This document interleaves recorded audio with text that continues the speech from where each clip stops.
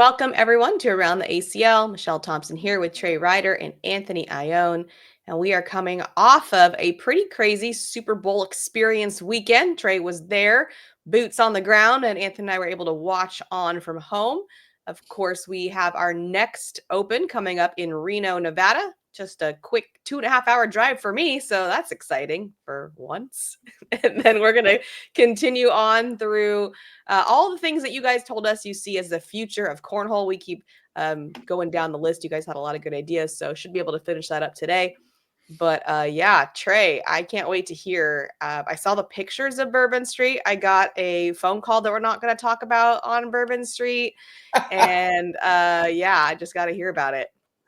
No, we'll talk about it for a second. So yeah, Anthony, you'll love this. So we talked about it last week on the show, but last time we were in New Orleans, we went out earlier before Michelle got there, and then the last day we didn't go out because everybody was exhausted, and so we went on a Bourbon Street one of the nights. And what did I do? FaceTime Michelle at 9:30 p.m. Pacific time, and she had just turned off the lights. She was cozy in bed, and she's like, "What are you doing?" And so we had a nice Bourbon Street FaceTime, and I couldn't hear a word she was saying, but I know she was probably cussing me out the entire time. So I sent you that sweet message afterwards, though, so it's okay. I messaged the whole group and I said, I hope you guys all wake up with horrible hangovers. So yeah, no, it was it's not the same experience, Meesh, if you don't have that, just like that smell of just funk and like all the bodies and all the trash. Like it's just not the same experience FaceTime, I'm gonna tell you.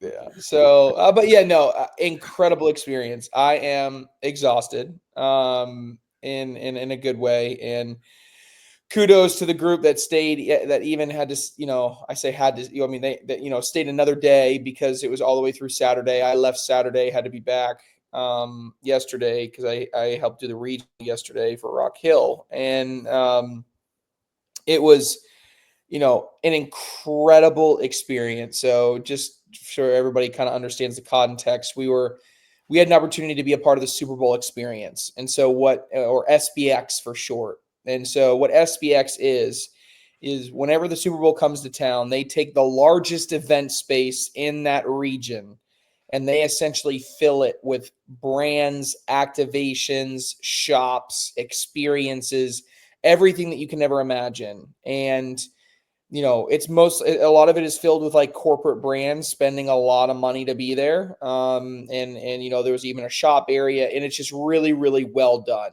I mean, as good of a activation space and branding as you can think of, it's done to the utmost degree. I mean, down to we're like, hey, we'll just bring our cornhole boards, and like, well, do you have green colored carpet, because that is our brand colors for this event, and they need to match this color palette, and if you don't, then you need to rent this carpet from us. Like that level of detail going into it. And 50,000 people walked through the SBX experience over a 2-day span, so well over 100,000 people across the entire week that went in there. We got there we were open on Wednesday all the way through Saturday. And it was just incredible to be a part of. So what you guys saw on the live streams was great. Yeah, right. I mean, we had our celebrity experience where Dion finally got his big win in a celebrity event, which was really cool. And so we streamed that event, had some of the great NFL players. But aside from that, we still activated that space almost 10, 12 hours a day, and really giving fans an opportunity to play cornhole, get cornhole bags in their hand.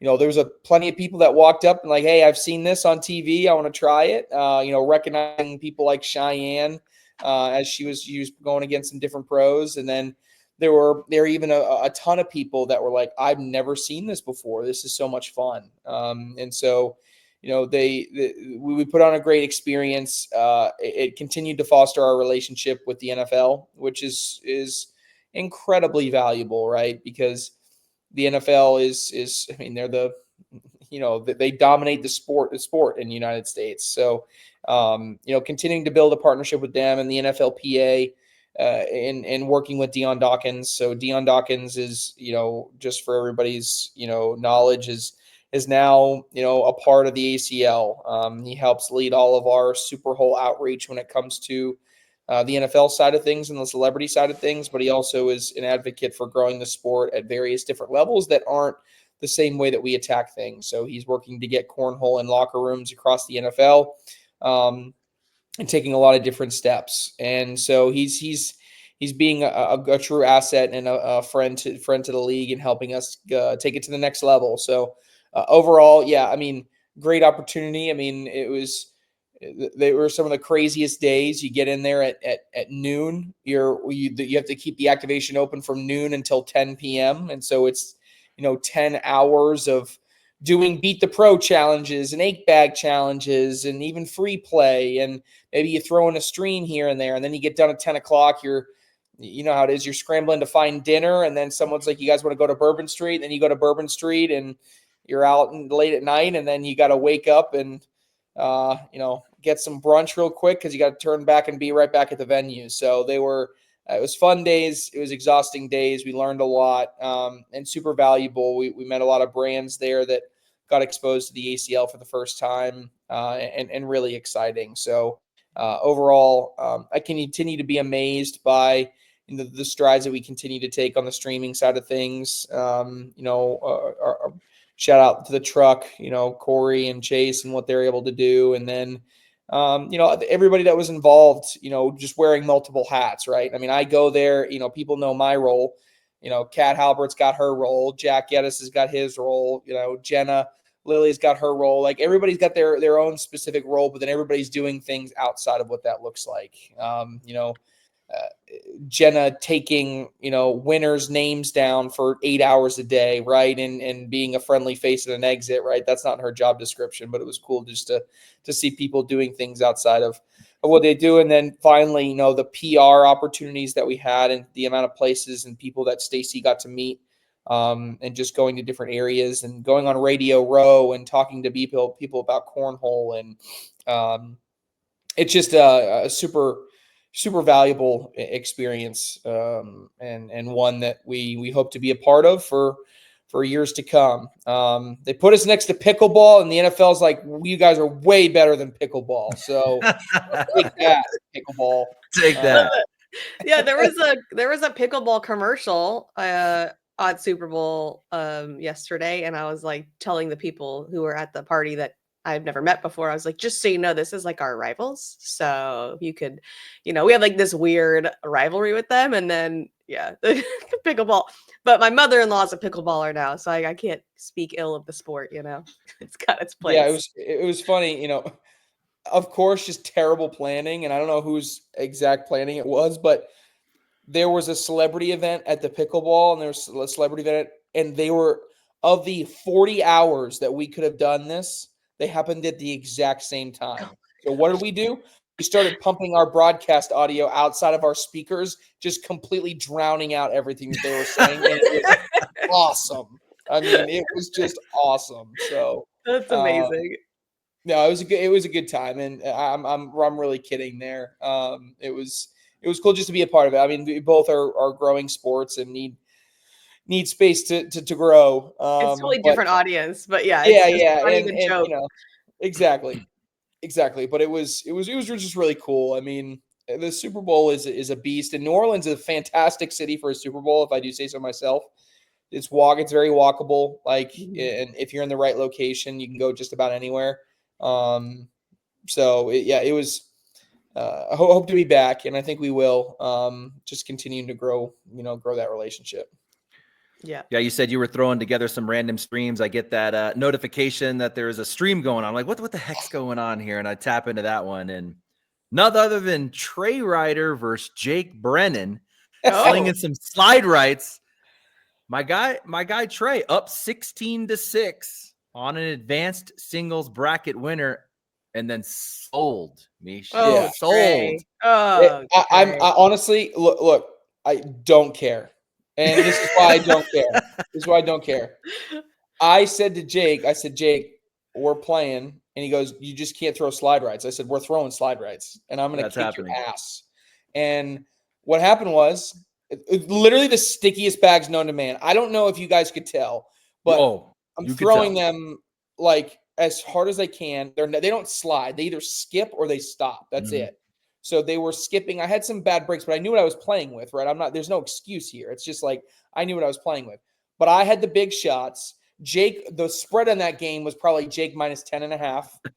Absolutely blew that out of the water. I hit like 4 backside airmails. It doesn't matter. Yes. What I told Jake, I said, Jake, thank God you won, because if you had to escape that game, not only being the one that had the big shots hit against him and you lost, you never would have been able to recover. So I'm actually glad that you won, Jake, because no one is ever going to remember that I lost that game, but they will remember the backside airmail drag that I hit in your face. In your face. So I have zero, because at one point he's like, I need to start throwing slick side. I said, that's a cop out. So, so it was, yes, it was a lot of fun because we got done early. We needed to program an hour. So we're like, Jake, you just want to play?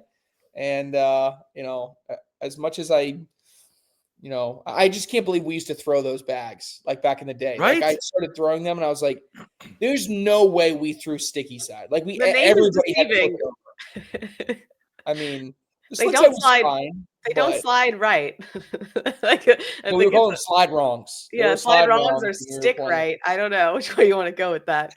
Dude, and anybody who was in the game back in those days, some of those OGs, like when those bags came out, it was like, this is the next greatest thing ever. Like, I thought this was going to be the bag. Like it actually wasn't like a ball of resin. It actually had some movement to it, a little bit floppier in the hand. The slick side actually worked pretty good, probably like a 6-7 maybe on the speed, but I thought it was going to be the greatest thing.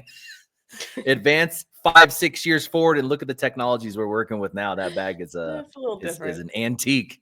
It was fun though. It was fun though. It was I never anytime I can hit some backside airmails, I'm going to be content with my play. So I'll take it. Well, I did miss that, but I did catch the actual celebrities playing, which was really fun. I messaged Alexander Madison after. I was like, "What happened, dude? You started off strong," and then he's like, "I couldn't find it." I'm like, yeah, we've all been there. I was rooting for him, but yeah, Dion finally got his win with Alex Rawls. Well deserved. Needed to happen. I'm sure he's feeling much better going into this for the next season. Now he's got the title and bragging rights. So congrats to them. He might give Shamar a little run for his money. Dion's throwing good bags. He's throwing good bags. I'll say this much. Shamar has better accuracy right now, but Dion's got a better bag. I won't lie. I look at Dion's bag and I mean, Anthony and I, we talk about this a lot, but it comes out of the hand, it pops. I mean, it's a pop out of his hand. And that thing is a tight spiral and he gets it high in the air. I mean, he doesn't need a long slide trajectory, but, he's still a little bit more left and right than Shamar is. I think Shamar probably would get him, but if he keeps grinding and he gets that accuracy down, I think Dion maybe has some better upside. Okay, there you go.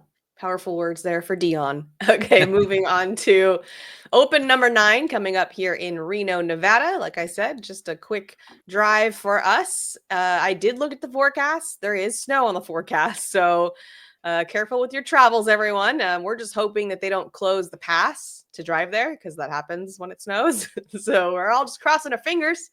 But we got the Bronco, so I know we can drive in it. It's just a matter of do they keep the roads open for us to get there. So we have Corey in our car, so he's really the most important person to be there. The rest of us is like whatever. So we'll be heading there. Rome's coming to this one, so he'll tag along. Just found out he doesn't have school next week, so there he comes with us. And surprise. Should be good. Yeah, surprise. Why is there no school in February? We don't know. Random week off for these kids. So he'll be there hanging out, and I'm excited for it. Anthony, who are you looking at? Yeah, we got this Open coming up. Out of the gate, I see Logan Chamberlain and Justin Burton Jr. on there. Just really Logan Chamberlain specifically. This guy is so due for a doubles or singles win. 9 times this season. He's finished 3rd in bracket or better, but no titles. And if we kind of go to the ACL titles list, currently 14th on that list. And a win this weekend would be significant for him. It could be singles or doubles, doesn't matter. I think he's really in the mix to win either one of those. He's tied with a legend. A win would tie him with a legend like Devin Harbaugh and pass up guys like James Baldwin and Ryan Smith. So we kind of talk about that ACL titles list. He's starting to creep up into that really small elite field. I took him last at the last Open to win singles. He won his bracket, finishing 3rd overall. I'd pick him again. I think that this guy just stays consistent. He's one of those players that is just any moment now is gonna pull down another title. He's gonna be in the field, both of those guys. We got Ryan Smith, Ryan Wiedenfeld in the field. It's been almost a year since this duo has won an ACL title together. Wiedenfeld scored that doubles title with Eric Davis a couple Opens ago. But this team on a bit of a drought. If we recall, they made an Open final at Open number 3 versus Harbaugh and Trader. They ended up getting smacked in that one 21-0, but still made that final. So they're still showing that they have the capability to make it to the bottom. And I still think this team has what it takes to win. Ryan Smith kind of in the same boat as Chamberlain, sitting 14th overall in the titles. We were talking about his drought. A win could really put him into that elite kind of small pool of players, with that number of titles. And Wiedenfeld, he's got one of the most talented players on the other side of the boards from him. Wiedenfeld really succeeding, I think, with Ryan Smith and how they make decisions. But this squad, and we should mention we're in a smaller field here in Reno. I think this squad is going to be one of the teams to beat.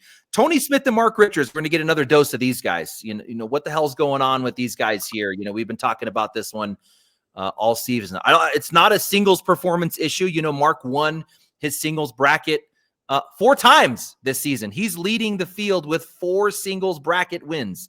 They both have taken down singles titles, but in doubles, 0 bracket wins. They haven't even made a bracket final yet this season. If you look at any other team in the division, you would be satisfied with 3 third-place finishes. You can't with these guys. They had a 9th place finish at the last Open.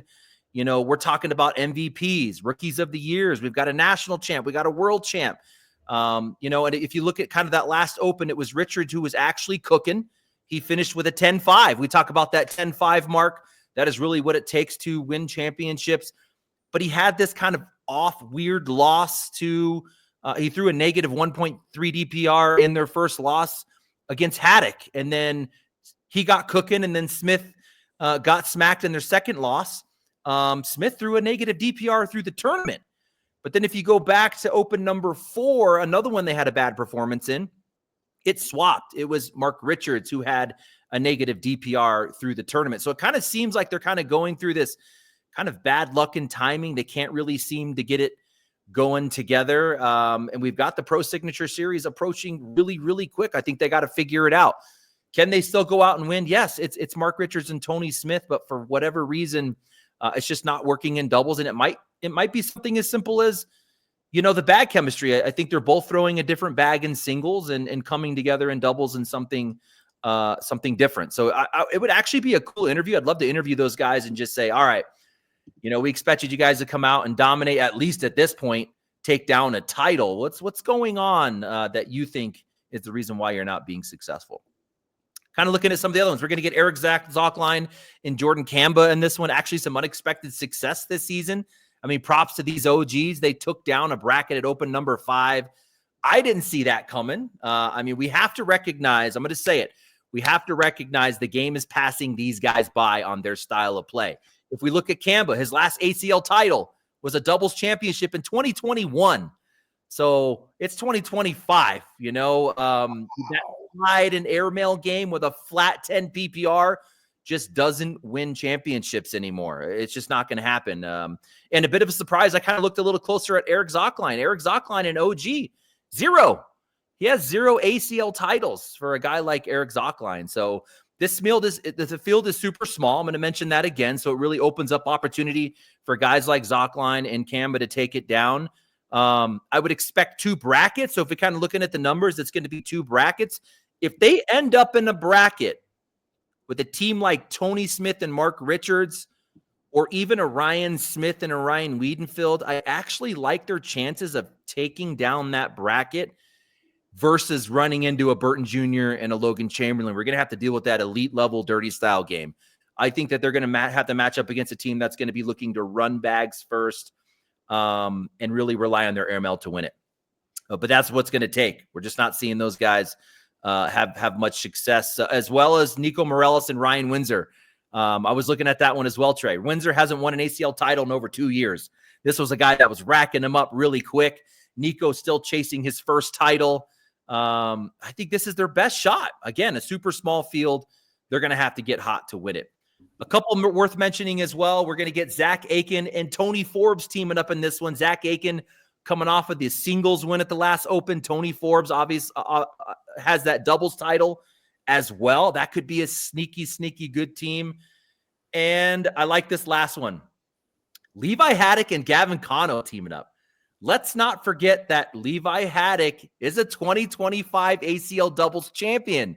If we go back to that win alongside Logan Dupler, that's when we kind of picked Logan Dupler to win singles, but he actually comes out and sneaks out a win in doubles. Haddock has a bracket doubles final with Bryce Forbes as well. So in one season, he wins a doubles title, he makes a doubles final, and he made a final in singles. So Levi Haddock having one hell of a season, teaming up with Gavin Cano, who we know Cano is one of the best in the game. Cano coming off of the doubles championship last Open with Soto. I kind of really like this doubles team as not to hint at my hot take, Meesh, but I really like this doubles team out here at this Open. What are your thoughts there, Trey? You did hint at your hot take, but that's okay. That's okay. One team you didn't mention was Corey Gilbert and Dean Norton, who were supposed to be at New Mexico, but Corey got sick, and I picked them to win a bracket.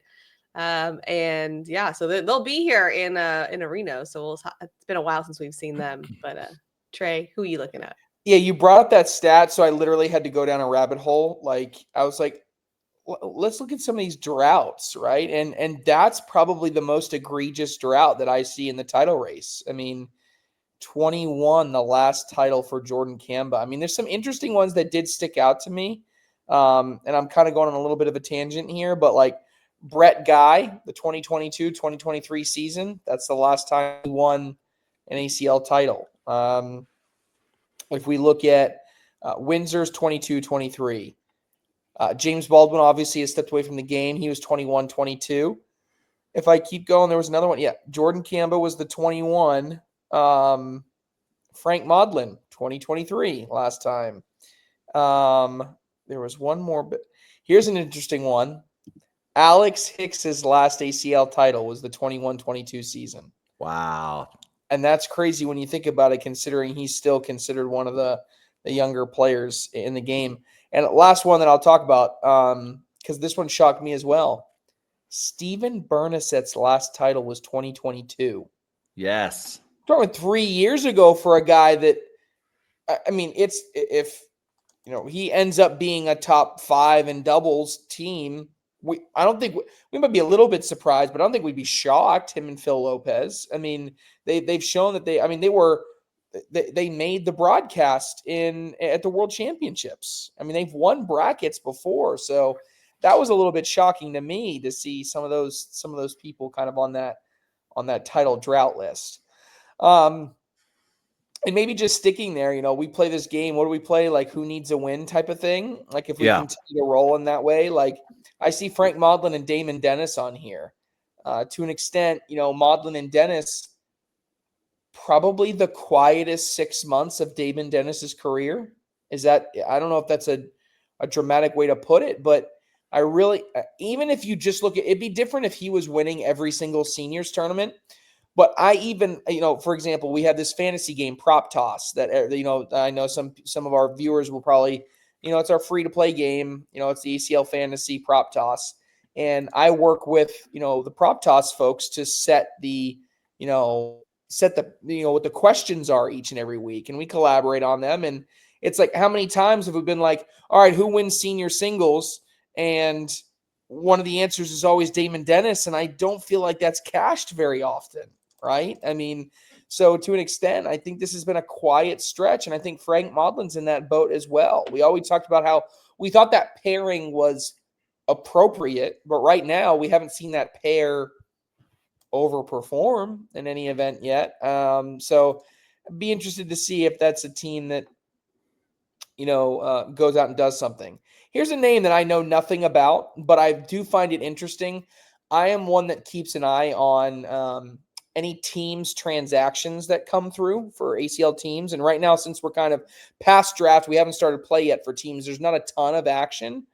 But within the past month, there was an acquisition for the Arizona Burn to acquire Minabella Woods and put her on, or put them on their team. I don't even know who it is, right?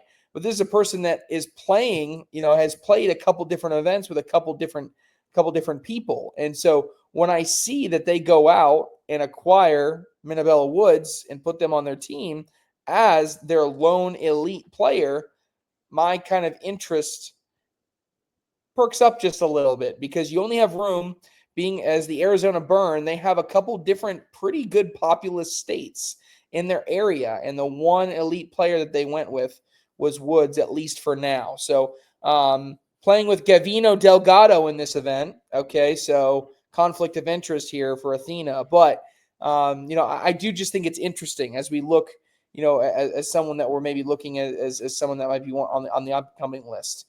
Trey, I'm pretty sure, I'm almost positive, and I'll get corrected if I'm wrong. I'm pretty sure Minabella was the chicken in Albuquerque, the chicken costume. Okay. I'm almost positive. So yeah, and I've seen her do other fun stuff like that. Not a chicken costume, but other things. So I think I know exactly who she is, and so that's her. That's and another recent acquisition, because she is now on the women's pro tour when we had one woman drop off the pro tour, and that's Caitlin Allshouse. We've talked a little bit about her in the past, but she was just acquired by the Carolina Coasters. So she's on that team, and someone that I'm kind of tracking what her progress looks like through this year. I think we had some hot takes last week, or maybe some buy or sell, that she was going to be like the woman to beat moving forward. And I think we pumped the brakes on that a little bit here, but I do think it's interesting to kind of watch her.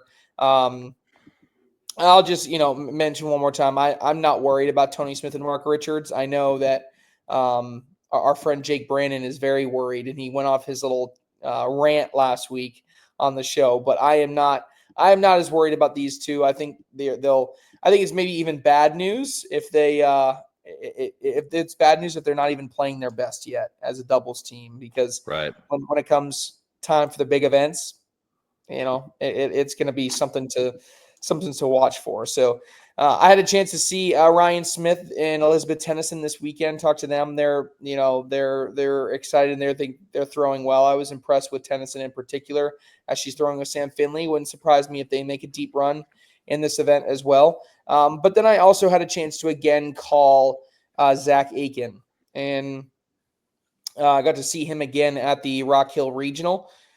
What's funny is he just still can't win in Rock Hill. He just is that right? Cannot do it. Now he's won an open, right? He's never won a singles regional ever in that building, and he's won an open now, which is the most mind-blowing stat I know of. However, he always leads in PPR, but he does balance it with good shot selection. Yes. So as I'm looking forward to watching these two play, him and Tony Forbes, it is going to be interesting to me, kind of bag selection, what they go with. But Zach Aiken is one that, he made it all the way to the finals in doubles in particular, and had his worst game at the regional in the finals. That makes it a little bit concerning for me, right? I don't want someone playing their worst of the day when they get to the finals, but he's obviously shown that he's able to play at a high level. What I will say is he did win the round. He won a round limited open, which is, just something that I think maybe helps him from a mental perspective, because he'll get in these marathon games sometimes, and that can be both good and bad. When you play in a round limited play, you have to focus for a certain number of rounds, and it's coming. So I do think Aiken's he's got a lot of potential, and I think he'll be one that we'll be hanging around this year, and one we'll have to continue to pay attention to. So I like him and Forbes a lot this weekend. One player that stuck out to me in New Mexico was Richard Nyberg. I had not seen him play before. I see he's teaming up with Sal Sandoval. That's a team that I think will go the distance as well. And there was one more where you guys didn't mention. What one was it? I lost it. Oh, Trey Birchfield, Adam Hisner. Yeah. Neither one of you mentioned them. What are they going to do? Are they going to get their win? How's that going to go for them? So this is a smaller field, as you mentioned, Anthony. So curious to see how they do. Let me ask you something in singles, Trey. I just wanted to obviously we've got these favorites, right? Logan Chamberlain, Aiken, I think now in that mix, Gavin Cano, Mark Richards, Tony Smith. Those are the guys that we expect to be at the bottom of these two brackets, which we're probably going to see. What if we kind of look at some of the legends in the game or people that have insane amounts of ACL titles or were at the top of the game at one point and compare them to guys that may not be well known on a national level, but we see them coming. Like if I were to grab like Damon Dennis and Hayden Gonzalez, who goes deeper in this tournament? I'll take Hayden. You're going to take Hayden. How about Ryan Windsor and Ethan Farias?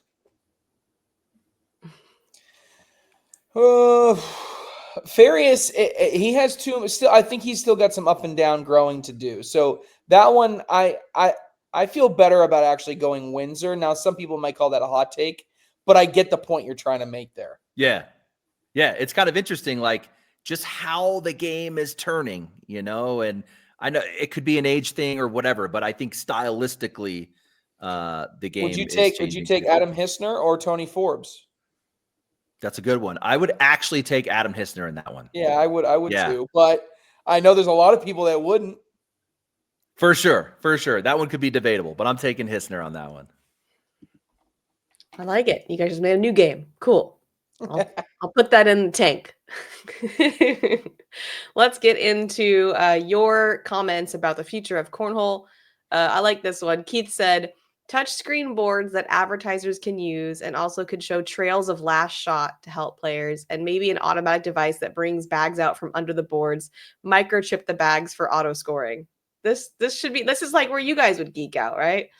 Well, look, I got to pause. This is not my question to answer. So I will, I'm going to pass it on to our ACL lab guy. And you can, I know he's going to be like, how much can I talk about here, Trey? And I would say like, you can give some really solid hints, right? I don't want any dates out there, but why don't you share with the class what you've been working on? Yeah, for sure. I guess when you call or you say trailing the bag or even microchipping, the idea is you're somehow bag tracking, right? You're keeping track of a bag through motion. So there are ways to do this technology-wise without chips, using high-end cameras and sensors, where you can measure a bag through its flight. And then using all that math, you could actually trail it or track it, with some type of a traceability line. So in golf, where you might see someone hit a driver and you kind of get that bag tracking line, follow it, and you get some stats off of it, maybe miles per hour, or in our case, you might get an arc, a max height. Maybe in a future state, we could actually track bags once they hit the board, and we can track, amounts of cut. In baseball, maybe you got the box and you can see, oh, that was a 2-foot curveball, and you kind of see how it works its way through the pitcher's box. So we are working that technology like Trey was hinting at, and possibly on a future broadcast or even a stream court, we would have trailing or bag tracking, giving stats as well as some visual indication of how the bag went through its flight, which I think would be a really cool addition to the game. That is really cool. And I did think of golf immediately. Like they don't put that in the golf balls, right? That's not how they're tracking it. Or do they? Do they put something in the golf? Yeah, I don't think they would. Go ahead. I was going to say, I don't think they're going to put anything in the ball. I would be surprised if they do. I mean, you could change the way that ball reacts. So I'm guessing it's off of camera or sensor technology as well. I would agree. Awesome. Okay, cool. Patrick said, I think the single best thing that could happen to Cornhole at this juncture would be for the ACL to figure out a way to pay directors for doing their jobs. That's obviously a Trey question. Yeah, well, Anthony didn't want to take that one. That's all you, my guy. No, I think it's interesting. I've kind of been hinting at this, but the ACL is looking at kind of a new 5-year plan, and working on sharing that with the public soon. And we batted around a lot of different ideas, and I think yours is one that is interesting, right? Because there's just different ways that you can structure this going forward, right? How do you structure the grassroots side of the game, right? Obviously, one instance is directors are paid employees. They get paid an X amount to run X amount of tournaments per year, right? And then you based on what you're paying them, you figure out exactly what then your structure looks like for each level of the game as far as entry fees go and things of that nature, right? So right now, obviously, in the past, what the ACL has always done is treated directors like independent contractors. So it's everything that they make is entry fee based and percentage of entry fee type of arrangement that you do there. Because for a long time the game has been just based on kind of payouts at a number of different levels. I think what we've learned is that can be, that is really good in some instances, and in other instances it's not as successful. So what I would say is, I can't share specific details about exactly how we plan to implement that immediately, but the idea is, I think there's not a one size fits all for every single different event level and type. And I think in some instances we've done a good job of being flexible. In other instances, we've tried to apply a cookie cutter approach to a lot of different ways that we want to do this. But I still think there's room out there for tournaments to be really high payout for top level players. And I also think that there's room in the future for some events, and oh gosh, this will be the clip, right, that everybody will take out of context, right? But there's room out there for events that are either free or very low entry fee that have no payouts, right? Mm-hmm. There's a room in our sport for that mimics a lot of what these other sports do. Which is, a lot of these other sports, you're playing for a trophy, right? But your entry into that is not, $150 for singles and doubles for the week, right? I totally understand that, the ACL hears that, hey, look, if it's a high entry fee, we're good with high payout, but we don't want to pay a high entry event for a low payout type of event. That totally makes sense, right? And I think there's ways that we can reshape the entry levels of the game, and that then strategy rolls over into directors, which is how do we exactly format our league so that we make sure it's an incentive for them to participate, and whether it's salary based or it's additional incentive based. I think there are ways that we can continue to grow in that regard. So it's kind of a political answer I gave, more political than I normally like to give. Try to be a little bit straightforward, but what I would say is just that we are working on a number of things of ways that we can get better in that way. Yes, definitely. All right. Nathan said all top players someday will be ambidextrous and shoot shots with either hand depending on the need. But honestly, top players can already do what they want with cuts and rolls. It might not need that. I just see it as a big advantage in the future. No, you think they're going to be ambidextrous, Anthony? I think the biggest advantage to that is going to be getting more out of your reverse cut. But you have to weigh. I got to now split my reps between two hands. So maybe I just have two average or okay hands versus one really good hand, and I'm going to lose a little bit on the reverse cut. I don't see it. I see it staying one-handed and just trying to improve the ability to reverse cut from whatever hand you choose. Yeah, and I wouldn't even. But my argument there, Anthony, was I don't even think you need to turn a reverse cut with both hands. Really, if I'm a right-handed player, I have every shot in my arsenal. But if my reverse cut is bad, the only thing I need to know how to throw with my left hand is a cut. Because if I can throw a cut with like my if you left just worked that one cut, if the only shot I throw with my left hand is a cut, then really, because a cut is always going to be harsher on an angle than a reverse cut. So if I wanted to, let's get crazy with this viewer question, right?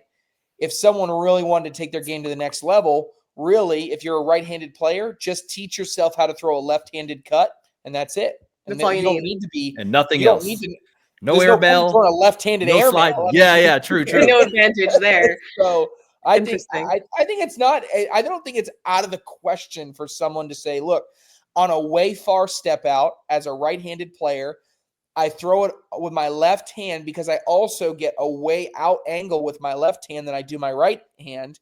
And I put a cut action on it, I can get some harsh left to right cuts as a left-handed player that I can't do as a right-handed player. Might be a little bit too much for the sake of doing that, but hey, we've seen Cody Henderson flip out a vertical bag before just for the hell of it, right? So what's the difference? There you Hey, go. I would say someone like a Jackson Gore is probably the closest to just coming out ambidextrous. That dude's left-handed bag is actually legit. It's nice. Yeah. There you go. All right, Jackson Gore, that's your challenge. Wes is kind of piggybacking on what you just talked about, Trey, new players over pros and money. And I just want to kind of piggyback off of that and what you were saying earlier. You know, we've tested this theory in our league too, and it's interesting because I remember when I first started playing. I don't know if you guys remember back when you first started playing. Obviously, when I went to my first tournament, I didn't care about making money. I didn't go to make money. I didn't think I'd win, right? I was just like excited to compete and have a competitive outlet and meet people and socialize and do this fun thing that I'm trying to get better at. And then I think at that level, the lower entry fee and the no payout works. The problem is that the minute you get like just beyond that, everybody cares about playing for money. And it's not even necessarily about making money. It's about having high stakes.